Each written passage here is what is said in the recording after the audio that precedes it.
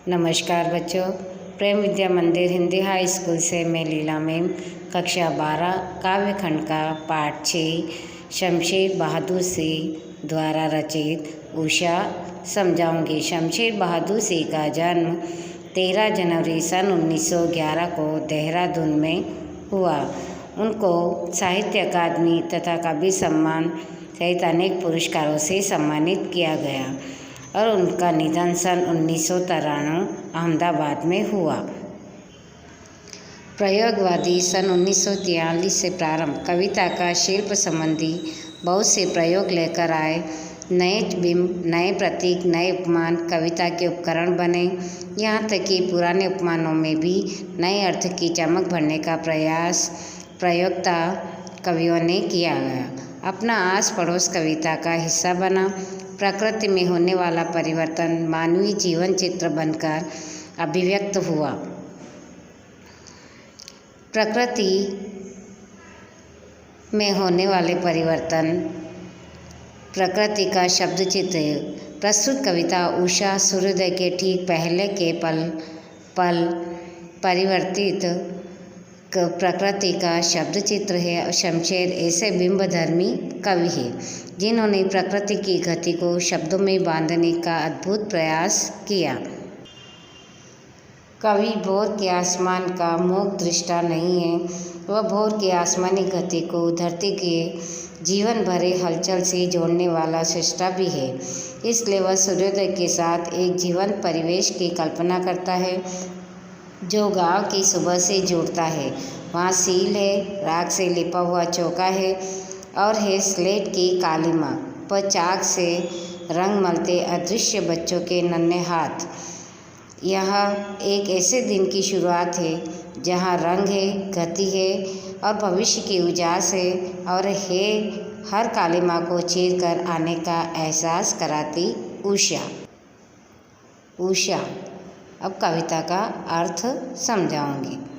प्रातः नभ था बहुत नीला शंख भोर का, यानी सुबह का जब सूरज होता है वो बहुत ही नभ यानी आकाश जो बहुत ही नीले शंख के समान प्रतीत हो रहा है।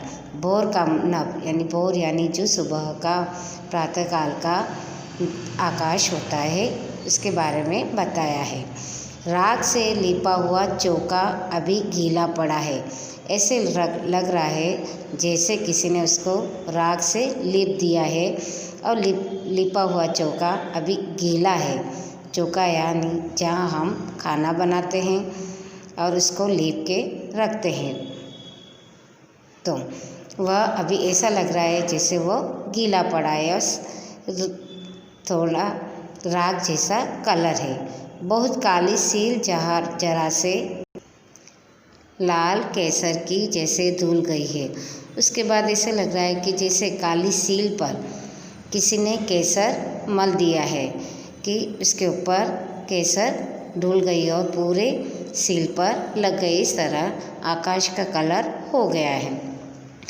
या फिर स्लेट पर या लाल खड़िया चाक मल दी हो किसने, या ऐसे लग रहा है जैसे काली स्लेट पर किसी ने लाल खड़िया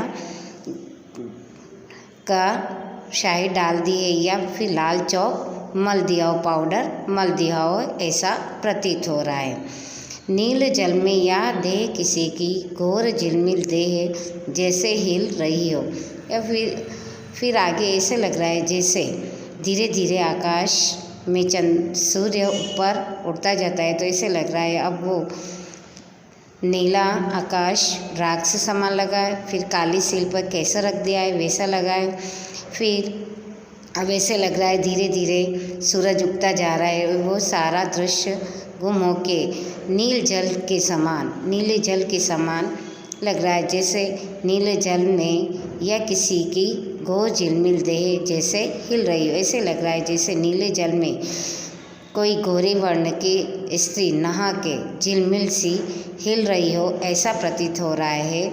और जादू टूटता है इस उषा का जब सूर्योदय हो रहा है, तब हमारा जादू टूट जाता है, हमारा भ्रम टूट जाता है और सूर्योदय हो जाता है और पूरा आकाश पूरे नीले रंग का हो जाता है। यानी जो सूरज उगता है उसके पहले का समय और सूर्योदय होने के बाद का जो समय है उसके बीच का जो दृश्य है उसका कवि ने यहाँ पे वर्णन किया है कि सबसे पहले आकाश नीले शंख के समान लगा नील, और फिर राख से लिपा यानी थोड़ा स्लेटी कलर का हुआ। उसके बाद काली सील पर केसर घिस दी हो वैसा लगा, या फिर स्लेट पे किसी ने लाल खड़िया का चौक पाउडर मल दिया है उस तरह का लालिमा छाई हुई थी।